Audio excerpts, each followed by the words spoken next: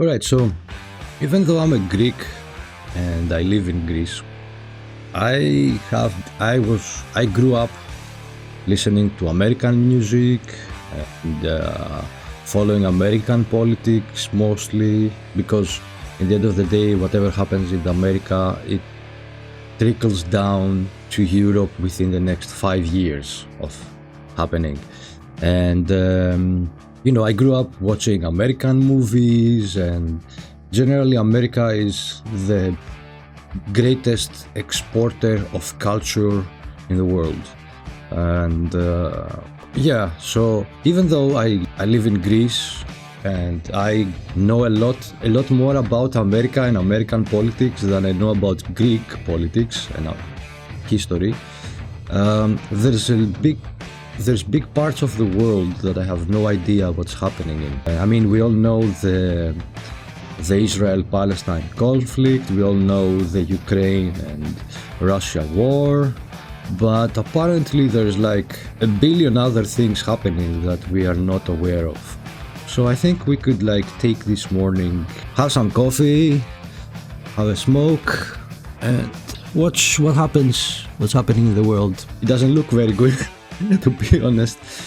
We should be like looking up at the stars and figuring out how to explore the freaking universe, and here we are fighting over rocks on the ground. 4 million years of successful evolution, and this is what we have become. Sudan is currently facing the world's worst humanitarian. Let's watch. Sudan Civil War. Sudan is currently facing the world's worst humanitarian crisis, with over 18 million people suffering from extreme hunger and 18 million people suffering from extreme hunger, and this is the first time we hear it. Like the world's worst humanitarian crisis, and we only just hear about it. I haven't seen anyone talk about this in the news. and 500,000 children starving to death. This is happening because Sudan has been in a brutal civil war since April 15, 2023. That's like 2 years. Civil war, why? Fighting is mainly between two powerful military groups that used to run the country together. On one side, there's the Sudanese Armed Forces, led by the head of the official army, and on the other side, there is a paramilitary group called the Rapid Support Forces. This war started because of a power struggle. After Power corrupts, obviously. But what, is this like some kind of Sudanese Game of Thrones situation? After a coup in 2021, both groups were supposed to merge into one national army, but neither side trusted the other. Okay. Tensions exploded when the RSF attacked key sites in the capital Khartoum, trying to take control. What followed was full-on war, not just in Khartoum but across Sudan, especially in Darfur, where the RSF has been accused of committing ethnic massacre. So they're willing to kill their entire population just to hold on to some semblance of power. But what kind of power are you going to have when you have no people to enforce it on? You know, your power comes from your people. If your people are not alive, what power are you going to have over what? Empty deserts.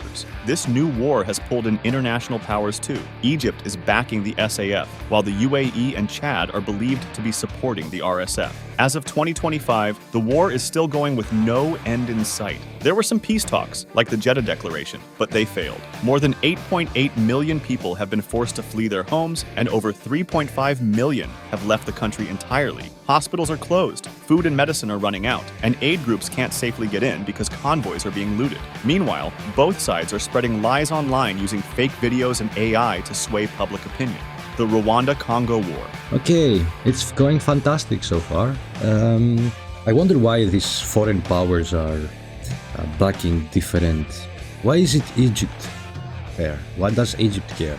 In 1994, the Rwandan genocide took place, when Hutu extremists killed an estimated 500,000 Tutsis in just 100 days. Afterward, many of those responsible fled into Congo, where they regrouped into armed factions like the FDLR, a group that still operates in the region to this day. The Tutsi-led Rwandan government, which took power after the genocide, pursued them into Congolese territory. These events started the tensions fueling the current conflict. 500,000 people. just wiped out. In 2022, Rwanda was accused of directly backing the M23 rebel group, which is made up mostly of Congolese Tutsis. This was confirmed by UN and US reports, which state that Rwandan troops have crossed into Congo and fought alongside M23, despite official denials. The Rwandan government, however, claims its military is in Congolese territory to defend against the FDLR, the same group of Hutu mentioned earlier. M23, on the other hand, So these guys were the Tutsis that got genocided, and now they're trying to take revenge by chasing the other group in another country. claims to protect Tutsis in Congo, but has been accused of massacres, child soldier recruitment, and attacks on aid operations. Since the renewed fighting Seems like that they've been doing the same thing for a while now. I remember it way back then with Connie. They were also talking about child soldiers. began, the situation has spiraled into a near-constant war. Entire cities have fallen to rebels. Over 400,000 people were displaced in early 2025 alone, and thousands have been killed or injured. International peace efforts have failed. Slowing down of the AMOC. The AMOC? What is AMOC? What is an AMOC? Atlantic Meridional Overturning Circulation. What? Slowing down of the AMOC. The Atlantic Meridional Overturning Circulation, a key ocean current system that helps regulate the global climate, is weakening fast, and scientists warn it's heading toward a potential collapse. This process keeps Europe relatively mild and stable, but it's now being disrupted by global warming. If the AMOC were to collapse entirely, the effects would be massive. Europe could face temperature drops of 5 to 15 degrees Celsius within decades. Sea levels along the Atlantic coast could rise by up to 70 centimeters, and rainfall patterns in places like the Amazon could reverse, turning wet seasons into dry ones. Other areas, especially in the southern hemisphere, would get even hotter. This wouldn't be a slow change. It could happen rapidly once we hit a climate tipping point, with shifts occurring over just a few decades. The last time something like this happened was about 12,900 years ago, triggering a sudden 1,300-year cold snap. Scientists don't agree on exactly when this might happen, but most studies point to a date that isn't too far in the future. Haiti's situation. Okay, so we already have like 2 civil wars and 1 possible environmental catastrophe, and we haven't heard anything, and I've never heard of any of that before. Yay! Haiti is in total crisis. The country has been spiraling since 2018, when protests broke out over a hike in fuel prices, but things got much worse after President Jovenel Moïse was assassinated in 2021. Since then, political power has collapsed, and Haiti. Yeah, I've heard of Haiti. Haiti. I know I've heard of Haiti. It's, things are... I've seen some videos as well. Not a very good video. They're not very nice. Armed gangs have taken over most of the capital, Port-au-Prince. The interim prime minister, Ariel Henry, tried to bring in foreign police from Kenya to help fight gang violence. But while he was out of the country negotiating, gangs blocked his return and launched coordinated attacks. Jails were stormed, thousands of inmates escaped, and key infrastructure like ports, airports, hospitals, and even the presidential palace came under attack. The gangs continue to fight among themselves, and nearly half the population is going hungry. Over 1.6 million are on the edge of famine, and more than 160,000 people have fled their homes in the capital alone. The situation is still really bad, with I've seen very, very, very horrific gore videos coming out of Haiti. Regular massacres. Just from January to March 2025, 1,600 people were killed and 800 were injured. Unfortunately, the whole situation isn't being properly covered in mainstream media, and many people don't even know about it. Fortunately, though, we have platforms like Ground News, today's sponsor, which I'm proud to support. Ground News is... Like, everybody has this sponsor. Like, I haven't seen a video that has a different sponsor.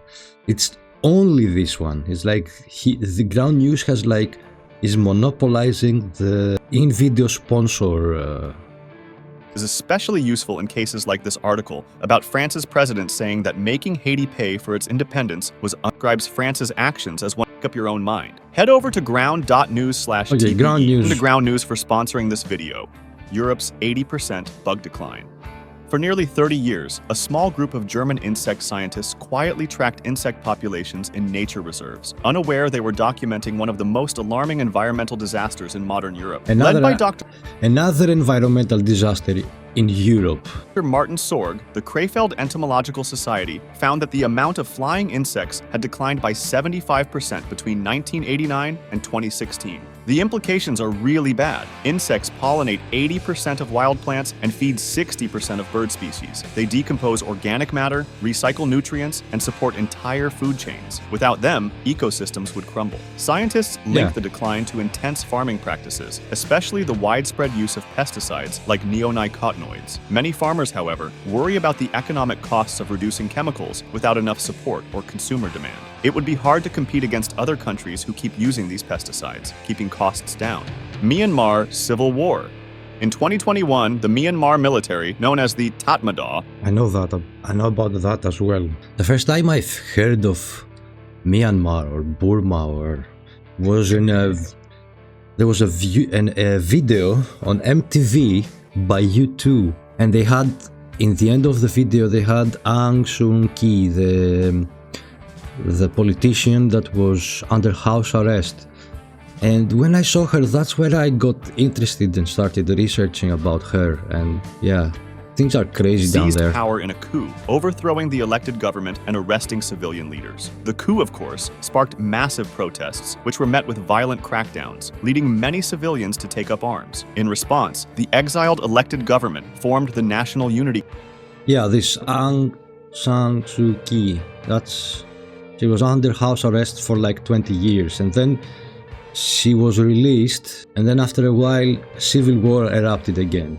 Government, representing anti-coup forces and calling for the re-establishment of a democratic state. They allied with long-standing ethnic armed groups that have fought the military for decades, and together they opposed the military junta, now operating under the name State Administration Council. Fighting has since spread across the country, turning into a full-scale civil war. Ethnic militias and newly formed People's Defense Forces, composed of regular civilians who want to fight back, have launched coordinated attacks, taking control of significant territory. But the military has responded with airstrikes, massacres, and scorched earth tactics. In April 2023, a single airstrike on a gathering in Saging region reportedly killed over 160 civilians. They famously use the Four Cuts doctrine, which consists of cutting off food, funds, intelligence, and recruits to starve opposition areas, often leading to mass displacement. As of now, the conflict has displaced millions of people and shows no signs of ending. China and Russia continue to support the junta diplomatically and militarily. The whole situation was worsened by the huge earthquake in March 2025,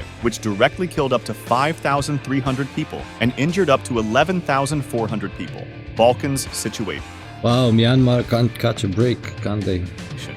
Since late 2020, Balkans now. We have two environmental catastrophes. What else? A wave of protests has started across parts of the Balkans and nearby countries, in what many are calling the Balkan Spring. It started in Serbia and Slovakia, then spread to North Macedonia, Turkey, Greece, Montenegro, and even beyond, including Hungary, Georgia, and Romania. The protests have been mostly student-led, as people got fed up with corruption and authoritarianism. In Serbia, the movement exploded after a newly renovated train station in Novi Sad collapsed, killing 16 people, an incident blamed on corruption. Students holding a silent tribute were attacked by government-affiliated thugs, which only fueled the outrage. Slogans like "corruption kills" and "a bloody hand" became protest. In Greece, there was 2 or 3 years ago, what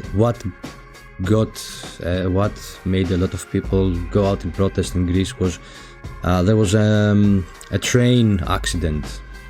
2 trains were in the same set of rails, and they haven't switched, so they actually collided head-on, and a lot of people died. Not only did a lot of people die, but the government tried to cover it up. One of those trains had some chemicals which caused a huge fire, and a few days later, a day or two later, they went there and covered it all with cement, so that it doesn't become a bigger.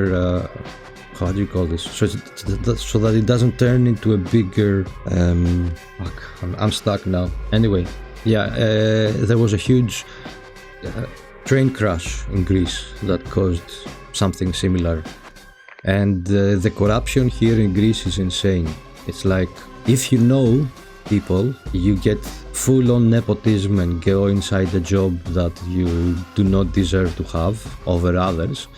And in Greece we have a lot of corruption and nepotism for decades now, and it's not gonna end. Protest symbols. In Slovakia, protests erupted after Prime Minister Robert Fico visited Moscow, cut military aid to Ukraine, and pushed controversial judicial reforms, leading many to chant, "Slovakia is Europe." In Turkey, people hit the streets after opposition leader and Istanbul mayor Ekrem İmamoğlu was arrested in what many saw as a political takedown. In North Macedonia, 59 people died in a nightclub fire caused by poor safety standards, sparking mass protests similar to those in Serbia. Meanwhile, in Greece, the memory of the deadly 2023 Tempe train crash, where 57 people died, was reignited during its second anniversary, so memorial rallies were held. Protesters across borders are clearly inspired by each other, even sharing... They mentioned about government secret police infiltrating the protesters and causing incidents so that the actual police will have a reason to disperse the protests.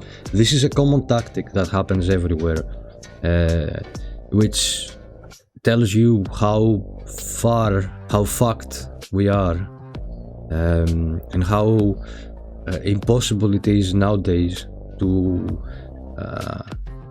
claim that we live in some sort of democracy where even peaceful protests are being infiltrated by the police, who then pretend to be aggressive protesters, and they end up throwing rocks at buildings and smashing windows and stuff like that, just so that normal police can come in and disperse the protest, because now it's no longer peaceful. This is like a common tactic that happens everywhere, and it happens in Greece a lot as well.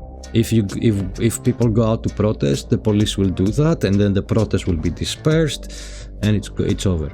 Slogans and symbols like Pikachu, which started in Turkey and spread to Serbia. Some governments have started to crack under the pressure. Serbia's prime minister resigned, and discussions of snap elections have begun in Slovakia. Myanmar Woodlands fire. Every single day, the equivalent of around 140 full-sized football fields of Myanmar woodland burns down across southern Africa, wiping out animal habitats, killing wildlife, and pushing entire ecosystems to the brink. These woodlands aren't just any forest. They form the largest continuous stretch of woodland in Africa, spanning countries like Tanzania, Congo, and Zambia, and they're home to most of the continent's... You do not want to lose forests in Africa. That's the worst thing that can happen to you. Wildlife, including critically endangered species. Despite this, the Myanmar receives almost no global attention or mainstream media coverage, and it gets little to no consistent government funding. As these ecosystems are cleared for agriculture or burned for charcoal, the animals that depend on them are left homeless or dead, and significant amounts of greenhouse gases get released. Also, these dry forests support over 65 million people who rely on them for timber, fuelwood, food, honey, and medicine. Despite their importance, Myanmar woodlands are often ignored, overshadowed by more iconic tropical rainforests like the Amazon and Congo. If nothing changes, Africa could lose a massive portion of its... Okay, why don't they do something about it, right? Why doesn't these countries create a treaty that prevents that? Biodiversity silently. Oppression of Uighurs in China. In China's Xinjiang region, the Uighurs, a Muslim ethnic minority, are facing a campaign of repression by the Chinese government. This includes mass surveillance, forced detention, and... Yeah, I've heard of that as well. That there's like entire prison camps. The Uyghurs as a collective are just living inside prison camps. It's not like any of them is free in any way. Religious restrictions. Over 1 million Uyghurs have been sent to detention centers for reasons as simple as praying, growing a beard, or having contact with people abroad. Inside these camps, people report being tortured, forced to renounce their religion, and subjected to political propaganda. It's so bad that many disappear without their families ever being told where they are. Outside the camps, surveillance is also constant. Uighur homes are monitored not just by cameras, but by Han Chinese citizens placed there by the government under a program called Unite as One Family. Uyghurs are also being forced to work in factories, often with no pay, either inside the camps or in faraway cities, separated from their families. Yeah, I've heard of that. I've heard they are like... I've heard that if you order from Temu or big chances are one of these people is going to have to do your order for no pay because they are in prison. So, but that also happens in America, don't they? Like don't prisoners make license plates in prison? Women are being targeted too, with widespread reports of forced sterilizations and birth control procedures as part of a campaign to limit the Uighur population. The goal appears to be to remove them by forcing them to assimilate to the Han majority culture, which is why some call it cultural genocide. International watchdogs and human rights groups believe that what's happening may amount to crimes against humanity, but with strict control over information coming out of the region, much of this remains hidden from the world. If you liked this video, subscribe for... Yeah, I've heard of that. I've heard of... But Chinese internet is almost as restricted as British and North Korean internet. So we'll never know for sure. Similar ones, or join my Discord to suggest another. Let's subscribe to the Pain Explainer as well. Alright, see you on the next one.